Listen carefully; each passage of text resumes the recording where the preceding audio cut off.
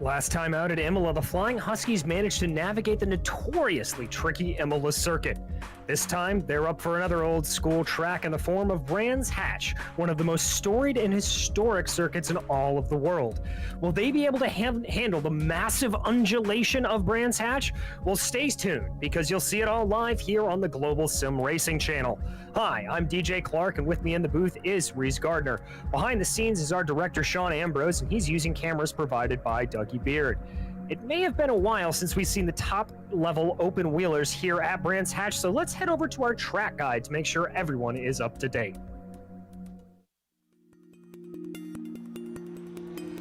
Welcome to Brands Hatch.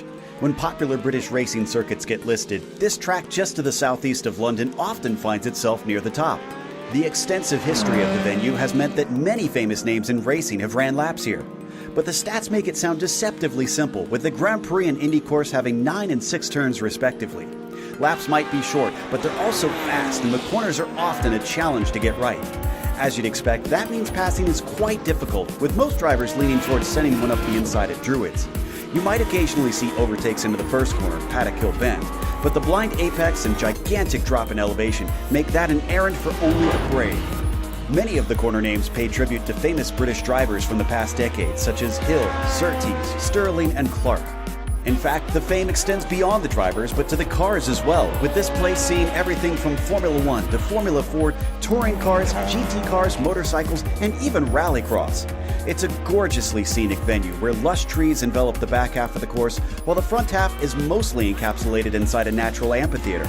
This makes it extremely popular with race fans who can see a majority of the circuit from many seating positions.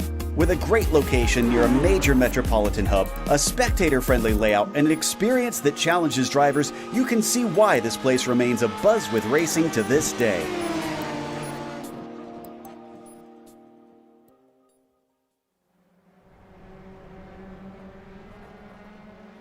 Well, Reese, as we said, this is a circuit that may be familiar to a lot of old school folks, but with these new Formula 3 cars, it may be a little tricky. How do you think the Flying Huskies are going to handle it?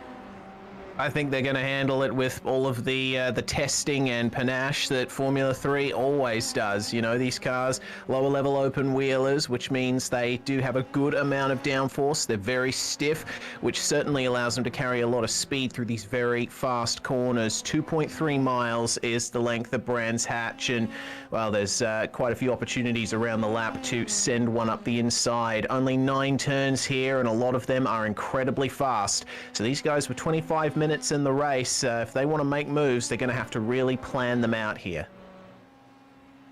I think that is for sure. But before we get to any of that, let's tell you about the sponsors who are going to be sponsoring tonight's event, and the first of which is Norsled.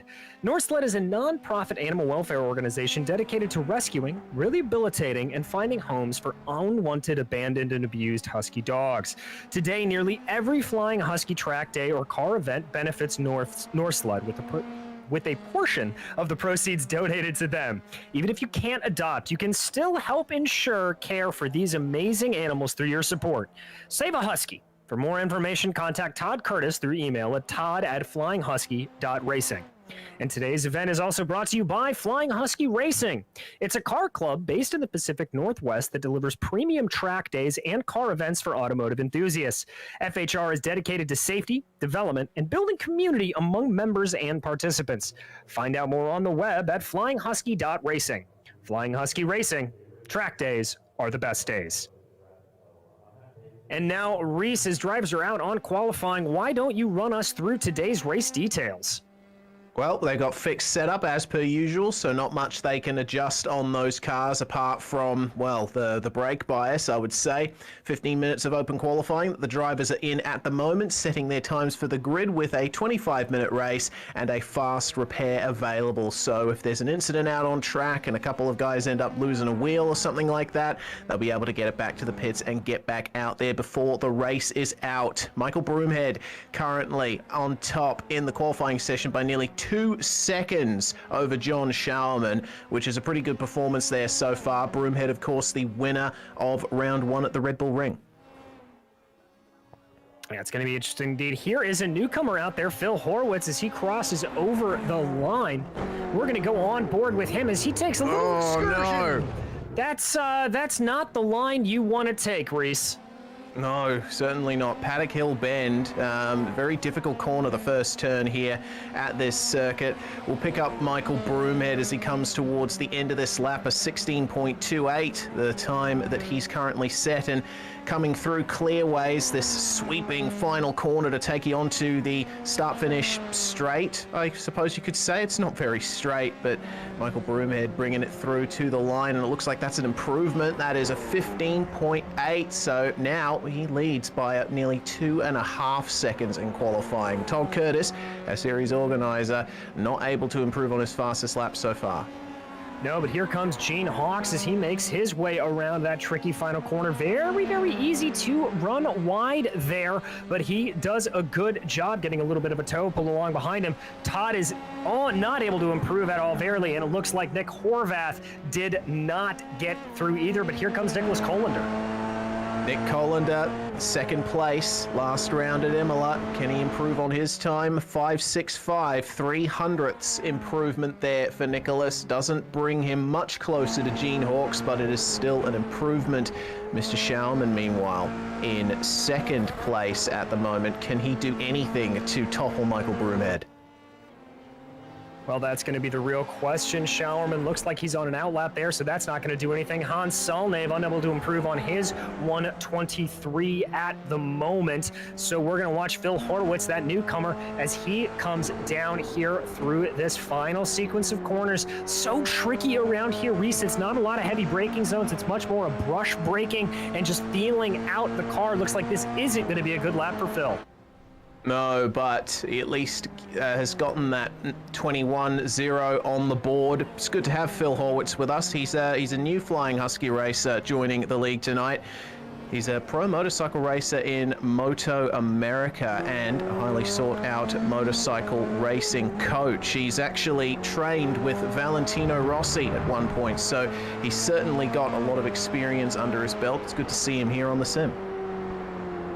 Yeah, it very much is. Always love to see those guys coming in and doing some crossover from 2 wheels to 4. Horwitz working his way under the bridge right now, waiting for other good times to be set in here. Into the magnificent right-hander of Hawthorne Bend and the Derek Minter straight down to Westfield. This double apex right-hander, you can use all of the AstroTurf on the exit between the 2 right-hand kinks there and up through Dingledell and Sheens. This is a very difficult corner to get right, and Horwitz not quite using all of the road on the exit there, but it sets him up well for Sterling's, which is another fast banked corner, very hard to get right, kind of tightens up on the exit. As he goes through clearways, this is looking like a reasonably quick lap. Let's see what he can do as he crosses the line. 1 minute 19, 1 minute 20, and it's going to be an improvement. 1 minute 20.942 for Phil Horwitz. He remains 7th, but there's not much of a gap ahead to Todd Curtis. No, he's definitely got some room to make up. Here comes Nick Horvath coming to the line. Horvath is going to cross over with a 1:16.3. That's going to do better for him, but that's not going to be enough to get close to Michael Broomhead. Here comes Gene Hawks. Looks like this will be a slow one for Gene. Yeah, looking like at 1 minute 23.29 is the time that he sets. 1:19.2, the quickest time so far from this car, in 4th place on the timing sheets. So not much time left in the session. These guys are only going to be able to fit maybe 2 or 3 more laps in, depending on how they play this. John Schauerman, meanwhile, can he improve on 3rd place? Good to have Schauerman back in Flying Husky Racing this week with an improvement. 1 minute 17.8, putting to really good use that experience he got podiuming at Monza for United Autosport USA in LMP3 this past Saturday. So Michael Broomhead once again running across the line and taking us through Paddock Hill Bend, which is absolutely immense turn. Very difficult to get right, as is every single turn on this track. Yeah, that's true, Reese. This is really one of those circuits where there is no place to breeze. Hans Solnave able to go a little bit faster there, but not going to improve himself out of 8th place at the moment. Looks like Schauerman's had an incident back on one of the straightaways. Here comes Nick Horvath. He's not going to improve on this lap, unfortunately. Still has about 4 minutes to get everything set up, so not all done for the Canadian. Not all done at all. Gene Hawks, meanwhile, getting to the end of another lap here, but it doesn't look like this is going to be a representative lap time. If anything, it might be an out lap with how much the time is going up there. So Gene Hawks, will he be able to improve on 4th? He's got quite a bit of time to make up to John Schauerman on to the tune of about 1.4 seconds of lap time. Yeah, and that's quite a bit to make up around here. It really and truly is. But let's see if Broomhead has anything else. Oh, you love that angle there from Dougie Beard, just how close he's getting to the edge of the track as he comes through Clark Curve. Going to try to go across there. Let's see what the two-wheel master can do. Ooh, that's P5 ahead of him. That is Solnave having a little bit of an off. I think that's going to throw Phil Horwitz off his pace a little bit. Yeah, well, looks like Solnave staying ahead here through clearways, which might be annoying Phil Horwitz a little bit as a spinner behind. That's Todd Curtis. He's gone for a bit of a slide.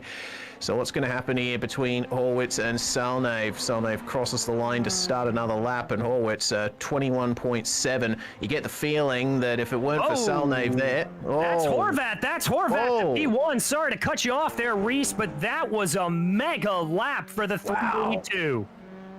That is brilliant stuff there from Nick Horvath. He was the pace setter in practice, so makes sense that he would make his way to the top, but right towards the end, he's really making us bite the nails up here in the commentary box. What can Gene Hawks do? Can he improve on his 19.2? Doesn't look like it, but man, Nick Horvath, the big story of qualifying so far, being the one to topple Michael Broomhead in that number 382. Yeah, now Broomhead's getting a little bit of a tow here from Gene Hawks. I'm not sure if that's going to slow him down. Excuse me, from John Schauerman. Not sure if that's going to slow him down at all or not, but we'll have to wait and see. Some more times coming in hot and heavy. There goes Broomhead. Looks like it didn't help him. He's actually, and that's Broomhead off. Yeah, off at Paddock Hill. So we stay with Nick Horvath, the pole man. Let's see if he ends up improving even more on that 15.7. He might just elect to bring it into the pits on this lap. But he's taking quite a great deal of speed. Looks like he's avoiding the pits there. Broomhead, unfortunately, making a crucial mistake there at the end of qualifying, which means he might not be able to get another lap in. No, he may not. That could be a real problem. Todd Curtis, they're able to improve. He'll keep his 4th place position, so a good job for the series organizer. Here comes Gene Hawks as he makes his way back around in the 4.58 through Clark Curve. Always tricky. Not taking the full edge of the track there as he gets onto the Brabham quote-unquote straight. Is he going to be able to improve here? No, he is not. The Gene Hawks now down to P5 at the moment. John Schauerman, can he get any closer to Michael Broomhead? 2 seconds is how much he's got to make up, and it looks like this is going to be another 1 minute 19. No, 1 minute 18.8. So struggling to find any improvements here towards the end of qualifying. Looking at the track info, the track is reasonably warm out there, 31 degrees Celsius. So if you drive these tires too hard, then they're going to absolutely pay the price. Most certainly, and one of the guys I did kind of have my eye on in the back, Nicholas Colander, just had a big off, so he's not going to improve from 8th place. We're watching here as Salnave comes to the line. Let's see if he can improve on that 122.6. He's going to come across and not going to be able to improve as the checkered flag flies, so Hans will be starting laps. Todd Curtis also unable to improve. Looks like the next driver up is going to be Gene Hawks, taking a little bit too much of that exit there. Yeah, taking a little bit too much indeed, and I don't know if that's going to invalidate the lap, because here at Brands Hatch you got grass right by the side of the track, and you will get that dreaded off-track 1X. It's an 18.7 from Gene Hawks, though. It brings him to within 0.07 of a second of Todd Curtis, but I'm not too sure that he's going to have another opportunity to improve on that. The timer is at 0 now. John Schauerman, well, he's getting close to 0 anyway. Schauerman improves by 0.4 there. Fantastic stuff from him. That brings him up to 3rd still. A reasonable improvement, but still Broomhead and Horvath way ahead at the moment. Very much so, and I believe Salnave did complete his run after the checkered flag fell, so this is basically just an outlap for him. And Reese, that means that our qualifying order is set around here for this 25-minute blast around the undulating circuit of Brands Hatch. Indeed it is, and what a gap for pole. It's only a 1/10 of a second between Nick Horvath and Michael Broomhead, with John Schauerman lining up in 3rd. Alongside Todd Curtis. Then it's Hawks and Colander on row 3, Phil Horwitz and Hans Salnave, our 8-car field here tonight. Well, I think some of these drivers are going to be happy that it's only an 8-car field, as this track can get very, very crowded if they're not careful. But I got to tell you, I'm a little bit worried about going down into Paddock Hill Bend. We've seen a lot of first lap kerfluffles from these drivers, and I think we could be in for it again. Let's hope they're all able to keep it together. That 92-degree track temperature, as you said, Fahrenheit, by the way. Sorry, I'm American and I can't do the Celsius conversion. But that 92-degree Fahrenheit track temperature maybe will help tires stay a little bit up to temperature right off the bat, and so we won't have as much of a kerfluffle coming in. Yeah, he is hoping. At the very least, the tyres are going to be reasonably warm there on the starting grid, and hopefully the drivers will be able to get off to a good start. Michael Broomhead, though, has had trouble with his starts. The revs are rising, and we're going to go green. We are indeed, and there it goes. It's a great start from 3rd place from John Schauerman. A really good run. He's going to try to make it 3rd ride, but that's Broomhead along the outside. He's going to hold it off. Schauerman into 2nd. Horvath dropping down into 3rd. All drivers looking like they have everything contained here. It looks like a little bit that Horvath was trying to make a challenge. That's Todd Curtis going very wide up through Druids. Everyone keeping it clean as they get down now into Graham Hill Bend and get it onto the Cooper Straight. That was actually a great start from Michael Broomhead. It seems that he's solved his issues from before, as up the inside of John Schauerman goes Nick Horvath, and there's a spinner in the back. That's Todd Curtis, and he has ended up collecting Gene Hawks. Heartbreak there for those two drivers. But let's go back and check out this replay. As Reese, I believe you said, just a little bit of a spin from Curtis. That's him there in the blue. Goes down into Surtees, carries a little bit too much momentum, catches the curve, and nowhere for Hawks to go. Yeah, Hawks was already tracking out at that point. The car was loaded up, couldn't do anything. So Todd Curtis has continued with damage. Gene Hawks is still out there as well, but missing his front wing. So chaotic start for those guys in the midfield, but it's looking to me like Broomhead is holding on reasonably well from Nick Horvath. The gap is at about a second or so, and the top 3 spaced out as they come across the start-finish line to start lap 2. John Schauerman holds on to 3rd, Colander in 4th, and then it's Salnave and Horwitz, then our 2-lap 1 crashes. Yeah, exactly. A little bit of a wide line, it looked like, there for Nick Horvath coming around Druids. There very far to the edge of the track. There was Michael Broomhead taking full advantage of the runoff. All of our top three, they're really only separated by a second apiece here. I get the sense, Reese, that they may just be holding back a little bit, waiting for the track to come to them before they really start to make an attack. Yeah, and that'll be important here at Brands Hatch with how many high-speed corners there are. You don't want to jump into a corner with not much of an idea of how much grip you're going to have, especially up this back section of the Grand Prix loop that was originally built in 1960. It's a very interesting history here at Brands Hatch. Actually started out as pretty much a bean-shaped track in a field, and it was marked out by the local cycling club. Yeah, that's pedal and feet cycles. So, you know, next time you get angry at a cyclist on the road, remember, they gave you Brands Hatch.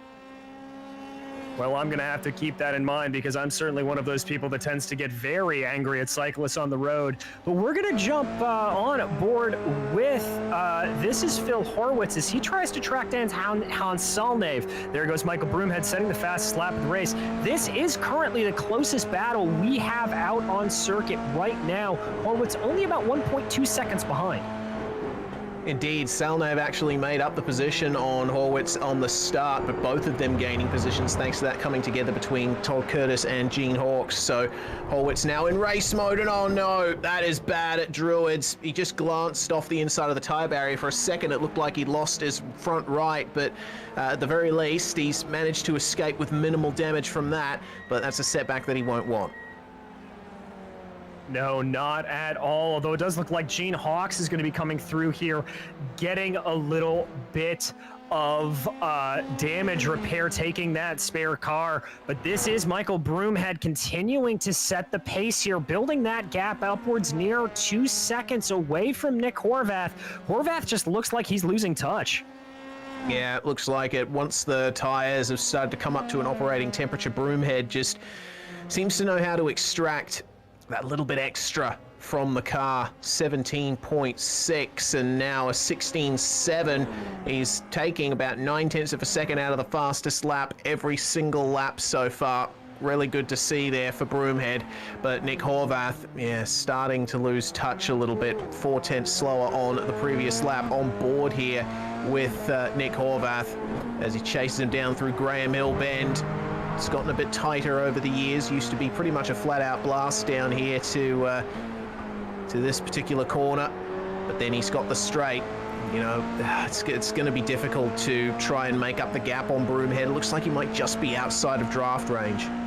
Yeah, he's holding it about 1.8 seconds now from what our monitors can tell us. 1.9 there you can see on your screen. I think that draft is not going to be helpful, but it may be a little bit beneficial that he doesn't have to deal with any of the dirty air. Ooh, a little bit wide there as he came around just before Westfield Bend. And that's really one of the things about this track. There is just so much area to run wide. Yeah, so much. You know, I mean, you do have that Astro. Whoa! He just demonstrated it there on the exit of Sterling's. You know, if you get your entry to that corner even momentarily wrong, then you're out into the grass. And the amount of speed you carry through a lot of these turns, it's very easy to make mistakes. And Salnave looks like moving forward still again, but Phil Horwitz starting to reel him in as Salnave gets a little crossed up over the curbs. A little more crossed up there for Horwitz. Yeah, it looks like Horwitz, though, the experience he's got on two wheels, that training, as we've said by Valentino Rossi, really starting to come in here. I'm impressed he was able to recover and come back this close to get back to the rear of Salnave. So really starting to put a little pressure here as they dive down through Paddock Hill Bend. That gap is coming down to just over a second. He keeps things up. I think it'll be down under. Yeah, indeed. Yeah, Horwitz just needs to stay consistent out there, keep hitting those same marks, don't hit too much of the grass and run half a car width wide of the apex like he just did in Graham Hill Bend. He's still gaining on Salnave. He's taking that late run into the corner to try and get the run here on the number 5, and it looks like it's worked. A little bit of a mistake from Hans Salnave, and he tries to break the draft. He does it so successfully, but Horwitz knows that he's got the pace advantage. He doesn't need to follow him all the way up the straight. No, he doesn't, but the one problem he is going to run into is the fact that getting past around here at Brands Hatch is very, very difficult. As we've said, not a lot of heavy braking zones to be able to get that move done. Salnave, he almost went straight off the track, sorry. No, you're all good. I almost did it too. Riding on board here with Phil Horwitz. There you can see him. Let's see if he's able to make a little bit of a move coming up around here. Wider line through Clark's curve, trying to carry some more momentum. That seems like a trait that he likes to do a lot here, Reese. Yeah, he seems to like just, turning in as late as possible, trying to square off the exit of the corner. It really helped him on the run onto the back straight to Pilgrim's Drop. See how it helps him here in the first sector again. Druid's Hairpin, a consistent radius hairpin that's hard to pick up the right acceleration point from. And again, with those very narrow lines on exit there for Phil Horwitz, it's helping him out quite a bit. He has a little peek up the inside of Hans Salnave, but nothing doing so far. Just keep it nice and smooth on the throttle. Stay in the draft this time. He might be able to have a run at Hawthorns. Yeah, here he comes. Let's see what he can do. He's going to poke his nose to the outside a little bit, thinking about it, trying to do something. There it is. Not going to happen quite yet. Ooh, interesting there. Nick Horvath setting the fastest lap of the race, but we're going to keep our eyes here. Oh, dive to the inside, down in there, and that's not going to work. No, that's a shame there. Salnave was going defensive through that section of the circuit, and it just looks like Horwitz got a little bit spooked there coming off the turn. Actually, he caught the inside curb here on the first run into the right-handers. Just a little bloop, and around he goes. The rear end completely unsettled there, but he did the right thing there to keep it off the barriers and keep it out of danger. Very good response there from Phil Horwitz. Yeah, Horwitz not exactly looking like he may have the best racecraft around here, but he definitely kind of handled the car. But we're going to jump back up to the leader. This is Michael Broomhead. Now, that gap is holding at about 1.8 seconds. It was above 2 at one point, so Horvath definitely putting in the effort here. Indeed, he set the fastest lap on the last lap of the race. It's 1 minute 16.176, 0.5 faster than Broomhead's fastest lap so far. Let's see if he can keep this pace up. Broomhead going to come across the line to start lap 8, and his lap 7 time is 16.0, steals the fastest lap from Horvath. All right, so we're having a little bit of back and forth here as this goes along. Definitely some competing fastest laps for these top two. Excellent stuff between these guys. Really hoping that in the next 15 minutes this gap can close and we can get a nice proper battle for the lead. It's what we always like to see. But Broomhead keeping it nice and consistent up there, up the top.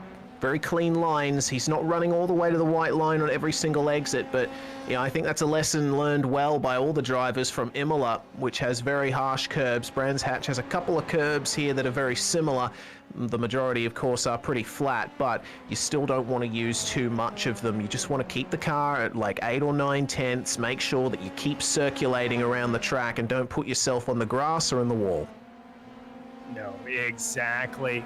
We're going to jump back here, though, to P6, as this is Todd Curtis starting to track down Phil Horwitz after that series of accidents from him. Indeed. Both of these guys running on a little bit less good luck this race. Curtis involved, of course, in that lap 1 incident. Started 4th and has not been able to capitalize so far. Horwitz, of course, suffering that spin while trying to chase down Hans Salnave. So let's see how this works out between these two drivers. Curtis is carrying a little bit of damage from that lap 1 incident. The left part of his front wing is smashed in a little bit, so he's not quite getting the front grip he needs, which is important for this part of the circuit. No, it certainly is, and that's what's allowing for, I think, this to be a very, very exciting little battle here shaping up as it goes along. So here we go. Let's see what they can do. So Horwitz, he seems to have gotten a little bit of his mojo back. He's starting to slowly gap Phil Horwitz again. There's a second or so between them at the moment. So barring another slight mistake from Phil, I think Todd's going to have to settle for just chasing him for now. I think they are catching up to Hans Salnave, though. Look at that. Just up ahead. Oh, they are indeed. That gap coming down to around a second. So this could very well be a three-way battle before we know it. Certainly could be. In fact, I'd already call it a three-way battle at this point, because Salnave setting a 1:24 on the last lap.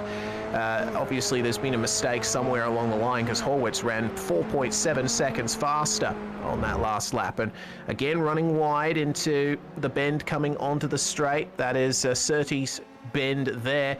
And a little bit of a run once again here on Hans Salnave. But you know, Horwitz had a bit of trouble getting by him before. I'm wondering if the same is going to happen again. Very well could. I mean, the dirty air that comes off of these cars can really, really affect you, especially at such a twisty track like this with such high-speed corners. Indeed, you got Hawthorns, Westfield, then Dingledale and Sheens going through here. That's another mistake there from Horwitz. He goes off into the gravel, and that allows Todd Curtis back by.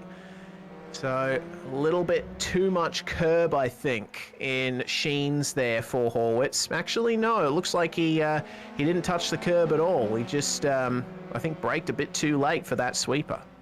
Yeah, maybe just scared himself out a little bit there.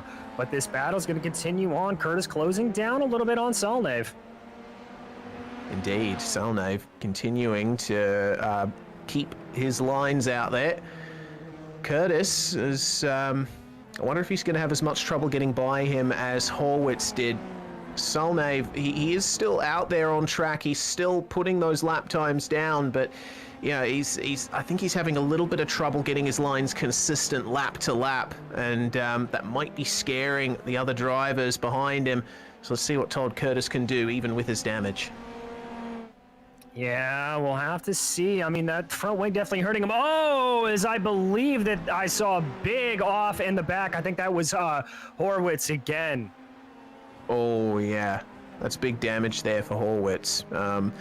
Looks to me like he just went a bit too hard into Surtees, grabbed the tire barrier, and then trying to get back onto the circuit, ended up spinning it and went straight into the barrier.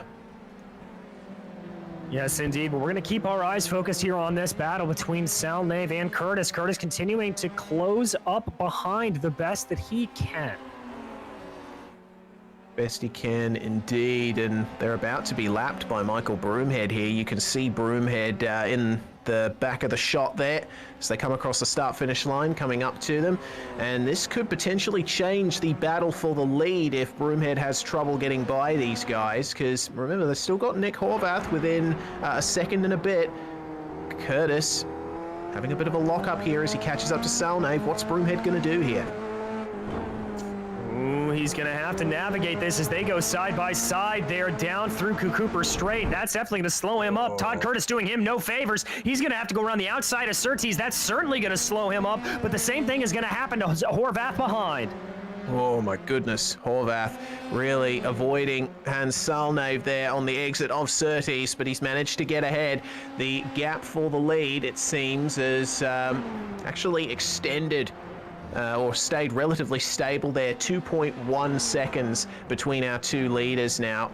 And, well, now it seems that the battle is, you know, a little bit calmer once again. Next bit of traffic for these guys is quite some time away. Yes, it is. So that's going to help. But we're going to go back and check out this replay, Reese. We are indeed, and this is how Todd Curtis managed to get by Hans Salnave on the run down to Dingledale and Sheen and then through to Sterling's. It looks like Salnave going off the circuit at Sheen's. So by the time they got to Sterling's, Todd Curtis was right on by. Yep, just went right around there, and pretty easy pass for Todd Curtis, even with that wing damage. That's a testament to his driving ability right there, I'd have to say. Indeed. Well, he's still able to extract reasonable pace out of that car, even with the damage, with how sensitive these open wheelers can be to damage to the aerodynamic devices. One of them being that side scoop on the engine. But Michael Broomhead continuing in his lead at the moment. The gap's been, you know, it's brought down slightly by Nick Horvath, under 2 seconds for the first time in a bit. So we'll see what kind of pace he can extract. Yeah, we'll see if he's able to do anything here. That gap's still only at about 1.8 seconds, so I'm not really seeing it move around too much. But with as narrow as the margins are here, you never know. You never know. With 8 minutes to go, and the kind of lap times they're setting here around Brands Hatch, I'd say that's about 7 or 8 laps left in the race. So time's rapidly running out here for Nick Horvath to try and make a dent in Michael Broomhead's lead, but he's already on the way to doing that. 16.083. That's 100th faster than Michael Broomhead's fastest lap so far. These guys are very well matched out front. Yeah, they very much are. Just keeping it nice and easy. There you can see Horvath taking a good wide line out of the Graham Hill bend there. It's really impressive that this gap just continues to stay where it is. Both drivers just absolutely the model of consistency. Yeah, now that we're a few rounds into the season, it seems the drivers all finding some form of consistency out there. And Broomhead getting his season back on track after what was not the best result for him at Imola. A poor start combined with a lap 1 incident left him languishing back in the pack. So for him to be in the lead now at Brands Hatch, it's got to be a good feeling. Yeah, he's got to be pretty happy about that, I won't lie. Let's see what the lap times are like this time around. Broomhead. It's going to be a 15.9. That's a new fastest lap.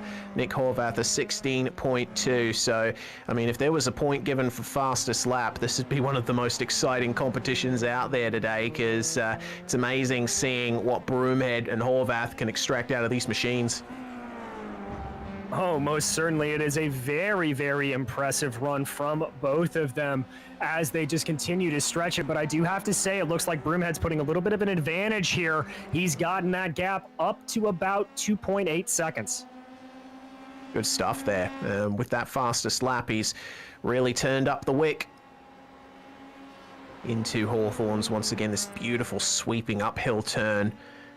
This section here, one of the turns modified as they went through the 70s, 80s, and 90s.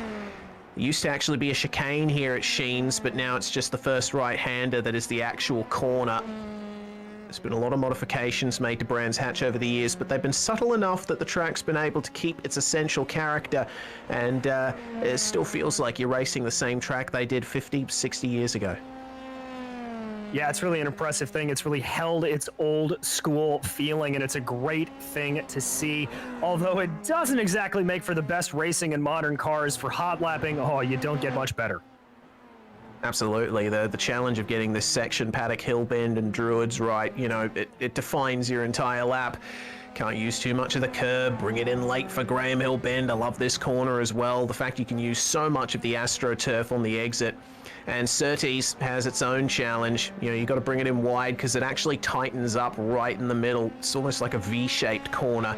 You got to be very careful with applying the throttle so you don't get those curbs. Yeah, you've got to be careful all the way around the circuit, to be honest. There is no room for error whatsoever at any point in time. So very, very tricky to do. But as they continue to get their way around here, going around, going to go back here. I said, here is John Showerman coming around in third. He's had a pretty quiet race here, Reese. Yeah, he has, but recently got a little more exciting because he ended up having a spin coming out of the Druids hairpin. So he's lost a bit of time to Broomhead and Horvath up ahead, and for Showerman, it just looks like a very simple error of just getting onto the curb at the same time he was getting onto the throttle, and the car just flicked around on him. So unfortunate that he suffered that issue, but he's not under much of a threat here for third, with Nicholas Colander another 40 seconds or so behind him. Speaking of Colander, yeah, there he is riding around in third place. Another quiet race for him. Just a bit of a hot lap streak here that he is on, and it's not too bad.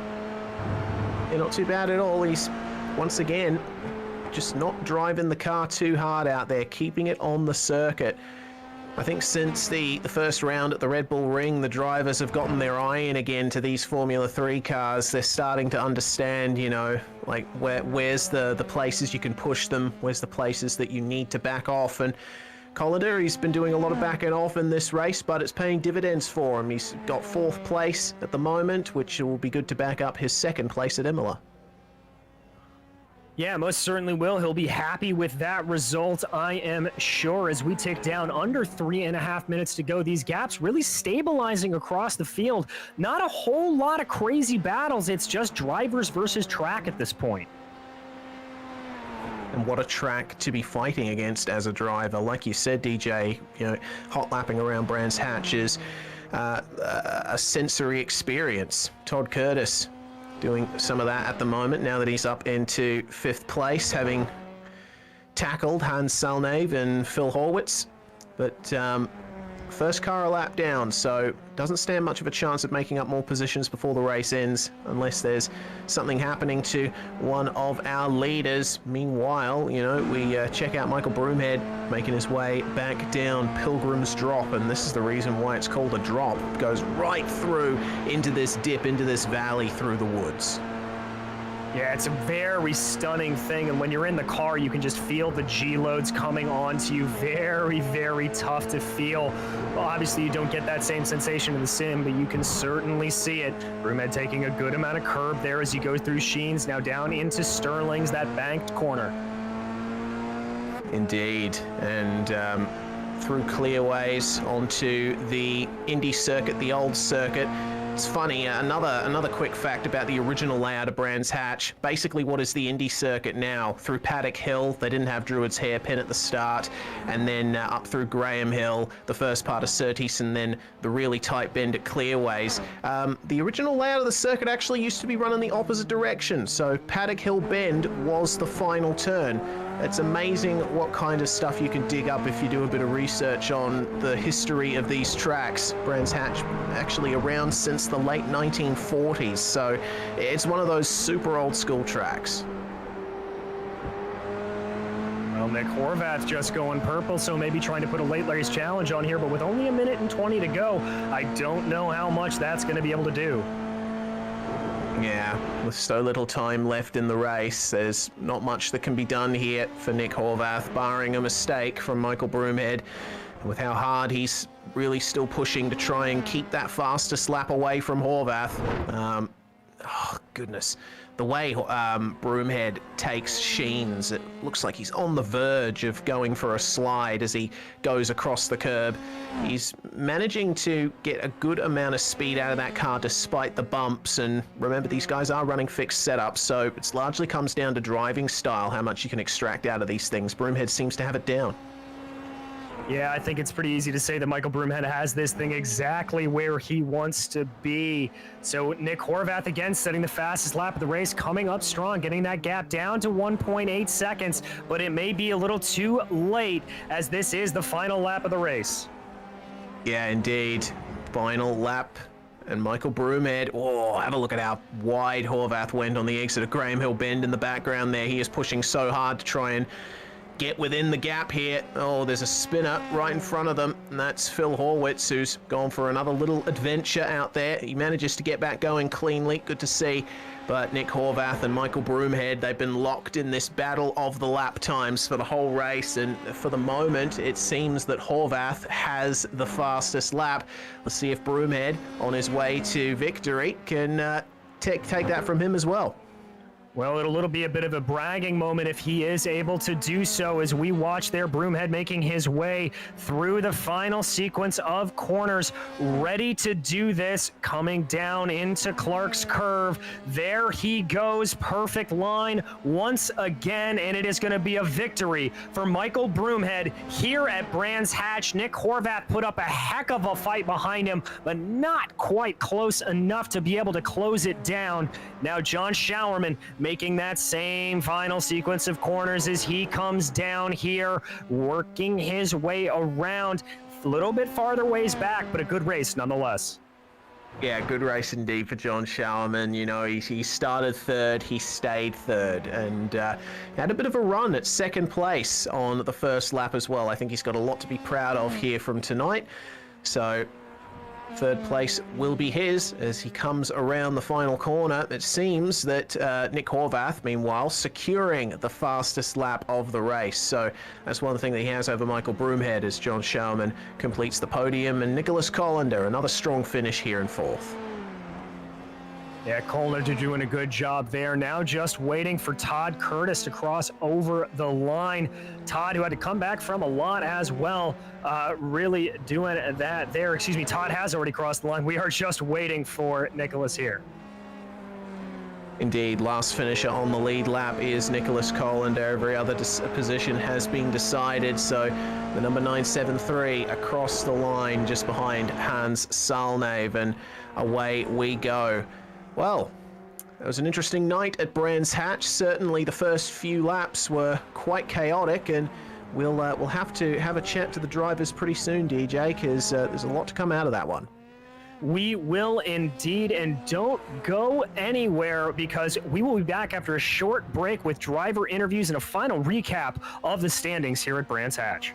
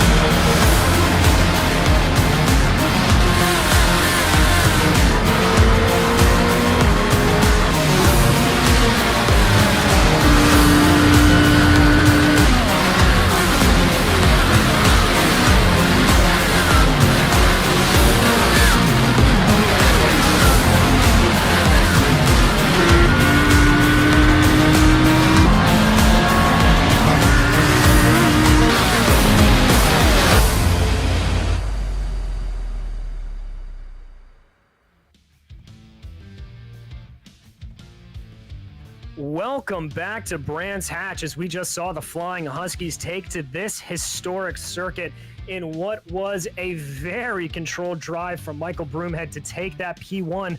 But Nick Horvath hot on his heels for most of the race. John Schallerman behind him in third had a pretty quiet race to come home in that final podium position, with Nicholas Colander, the last driver, on the lead lap. Todd Curtis was in fifth after suffering some damage early on to come home in fifth, with Hans Selne behind him, Phil Horwitz 3 laps down, and Gene Hawks in 8th place. But first and foremost, we do have the man of the hour, Mike Broomhead, in the booth right now.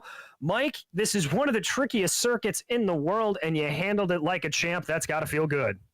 Oh, thanks, DJ. Yeah, it's I'm feeling pretty good about that. Obviously, Horvath had some serious pace today, so I just had to get out in front and hold him off, really. How much were you driving in your rear view mirrors there, and how much were you trying to, sort of think ahead and do anything like that? I mean, what was the back and forth of how you were approaching the race? Not showing my experience, really, but I was definitely looking behind me constantly. Nick had me a little worried. No matter how much I really pushed, he seemed to have me in terms of just holding on. So, I was looking back a little bit too much, but, every now and again I had to remind myself, no, focus forward, keep it going, and then just tick off the laps and keep rhythm. Well, I love to hear that, my friends. Are there any other circuits? Obviously, we've got a whole litany coming up. I believe we head to Donington next week. Is that one you're looking forward to, or are you looking forward to coming back stateside? You know what? I love the British tracks. It goes back to when I was a kid watching British Touring Car and all that sort of stuff. So, I love Silverstone, the Brands, Alton Park, and going to Donington, that'll be my first time in iRacing. So I'm looking forward to it. But then, of course, the States has some pretty mega tracks as well. So that'll be fun when we get there. Well, we'll be looking forward to seeing you there as well. Anybody you'd like to thank for this finish today?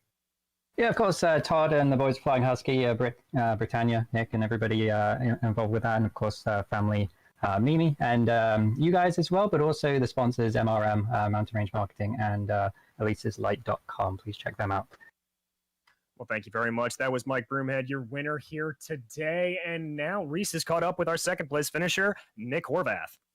I have indeed. Welcome to the commentary box, Nick. That was a pretty good race from you. Didn't quite nail the start, but came back and challenged Michael Broomhead, getting the fastest lap along the way.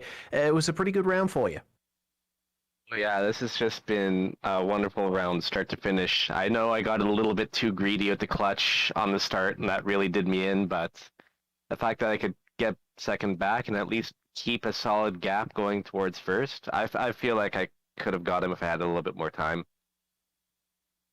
Well, at the end of the day, you should still be very happy with second. It takes a lot of effort to wheel a Formula 3 car around Brands Hatch with all these elevation changes over these incredibly quick turns.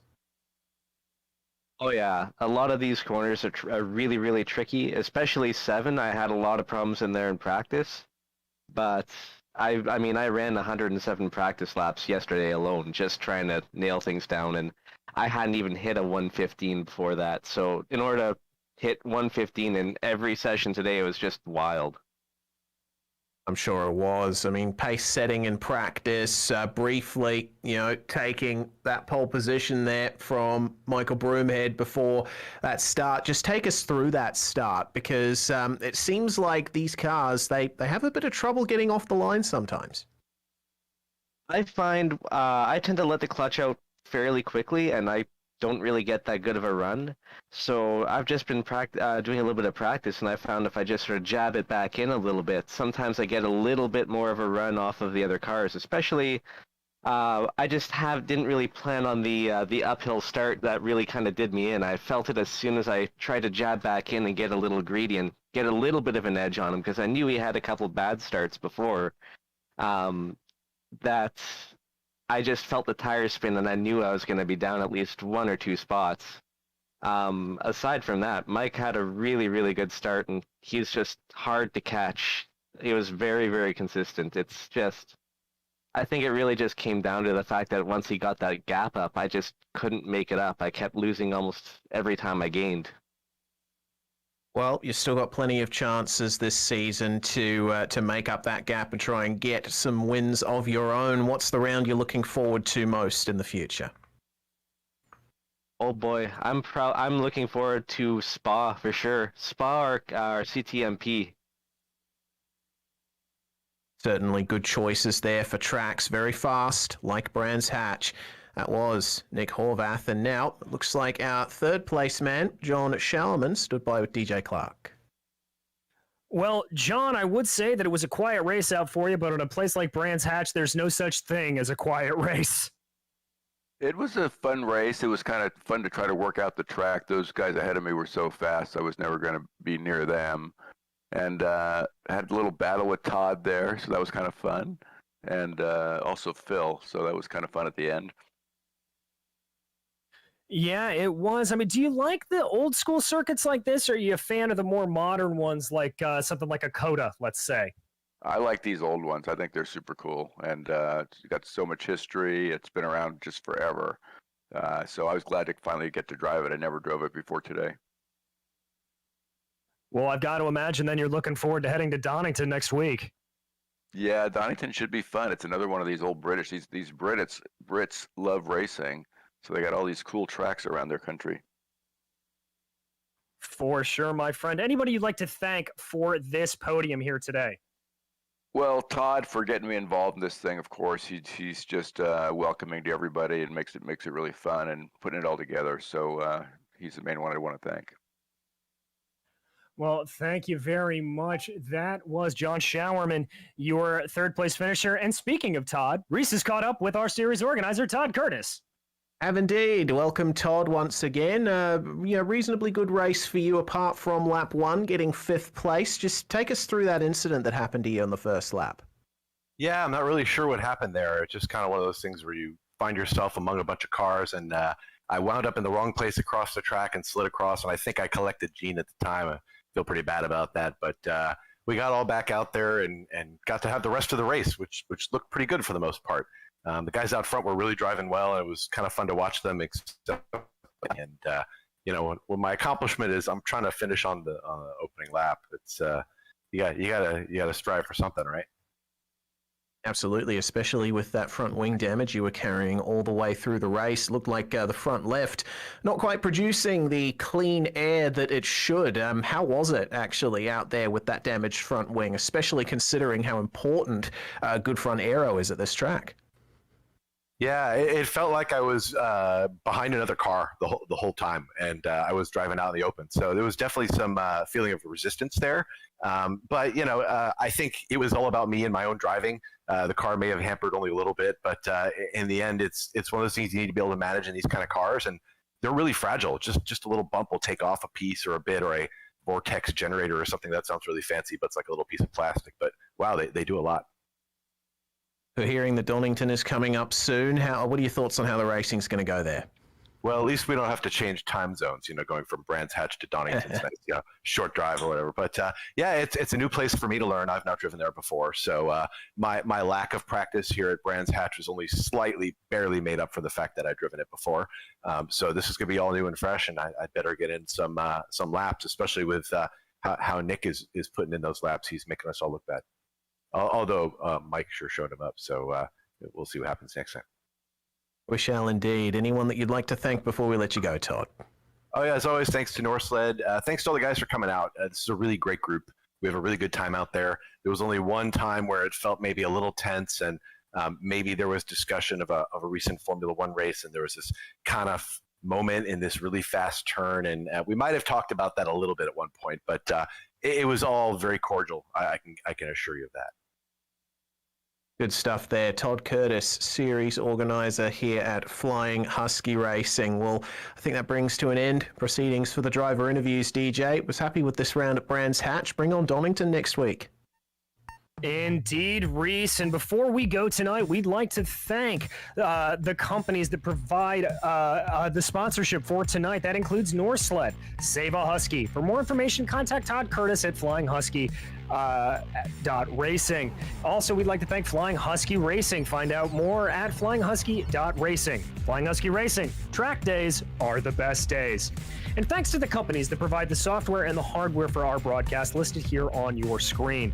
Additional thanks go to June Lalonde, who provides our wonderful music. See the screen for how to get a hold of more of her great work.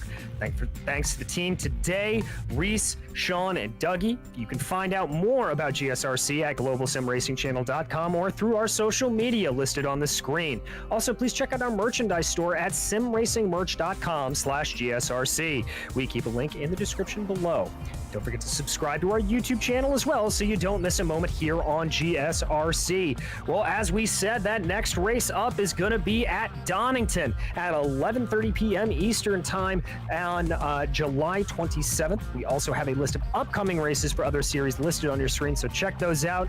Mark them down on your calendar. But until next time, race clean, race hard, and we'll see you on the track.